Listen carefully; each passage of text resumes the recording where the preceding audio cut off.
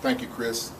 I'd like to thank the quarterback club in conjunction with the athletic department for providing the snacks we had and drinks for this press conference. I'd like to thank you guys for coming out. Second year, first press conference of this season, and we're excited about it. We're planning on leaving here 2 o'clock Thursday afternoon to arrive in Nashville somewhere in the neighborhood of 12 or 1 o'clock. That'll give the bus drivers, which they have to have 10 hours of rest before they can move us from that point on, an opportunity to get us into practice around 11:30 or 12 o'clock there in Nashville. Feel good about fall camp. We came away with very limited amount of injuries. The only person that will not be able to play from an injury standpoint in this first game will be Brandon Rice. He sustained a shoulder injury in one of the scrimmages. I think it was our second scrimmage, so he'll be down for the first probably couple of games. But other than that, we should have everyone healthy and ready to roll. Any questions? Coach, just talk about, I guess, getting the season underway, and so much of the build-up is now behind you, and the anticipation, I guess, of what to come is staring these kids right in the face, and knowing what we're coming off of last season, I guess, moving forward and maybe hitting the reset button or starting anew. Well, those guys that were here last year, want to be able to put it behind them, and the only way they can do that is by starting a new season. We have some new guys that are on this team that also have some things that they want to put behind them or get their career going again.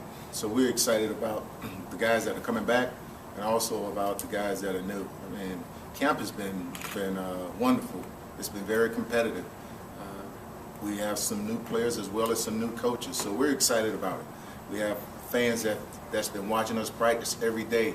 They're excited about seeing us play against someone else. So it's going to be a long trip, but I think it's going to be a successful trip, and we're waiting to get it underway September the 3rd. Multiple backs with no Brandon Rice? Well, even with Brandon Rice, we'll play a multiple back. So, yeah, we're going to have quite a few backs carrying the ball.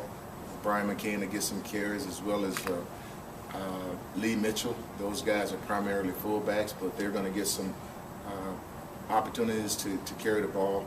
Kalen Mayfield will be our starting running back, and we'll go with Sylvester and Terrell Alex and maybe Jerry Joseph, Byron Williams. All of them will get an opportunity to show what they can do. Coach, how's the offensive line doing? I think the offensive line is doing pretty good. We have some guys that are returning starters up front, and we have some freshmen who we feel can come in and play as well.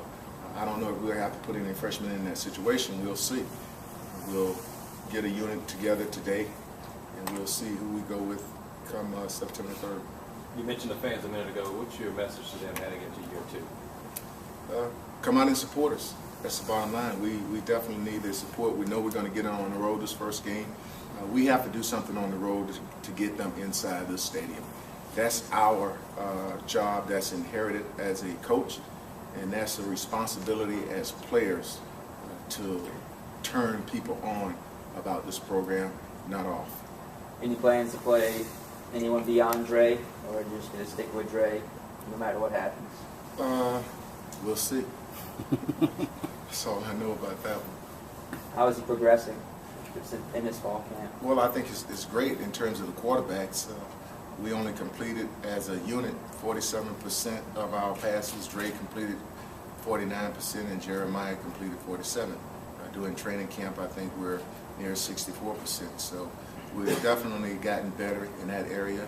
And some of it is just familiarity with the offense that we're running now, and guys understand what we expect from every play. What has Dre gotten better at in particular since last season? I would say it's drop back being one, getting rid of the ball on time, and also knowing where his initial read is and his checkdowns if that initial read is not there. No coach is ever really happy with where their team's at this time of the year, but what were you pleased with that you were able to accomplish in the preseason building up to right now? Defensively, I'll start there. I was pleased that we got Jamie Payton, to be perfectly honest, because you can see a guy on film making plays, but to actually have him come in and play the type of football that he's played for us this fall is unbelievable. And for Jamie to come in and have meetings with the defense when the coaches are not here is just unbelievable. There's no substitute for leadership. There's none whatsoever. We didn't have a whole lot of it last year. Maybe you need somebody fresh who don't know the different segmented groups. Jamie cared less about that. He got all these guys together, and he's showing them that you can only win this game if you care for one another. So I was pleased with the way the guys have come together as a team. Jamie being on the defensive side of the ball, but he's also brought that same type of deal, and then some guys on offense has followed his lead. Coach, on defense, will it be a true 3-4 defense? We'll play a combination of a 3-4, and also we'll have some 4-man line. So at times it will, and at other times it will not. Against Tennessee State, we'll probably be more 4-man because they really like to come downhill. But our best defense would be when we do some type of 34 scheme. What kind of, I guess, scouting report do you have on Tennessee State? They're a physical team.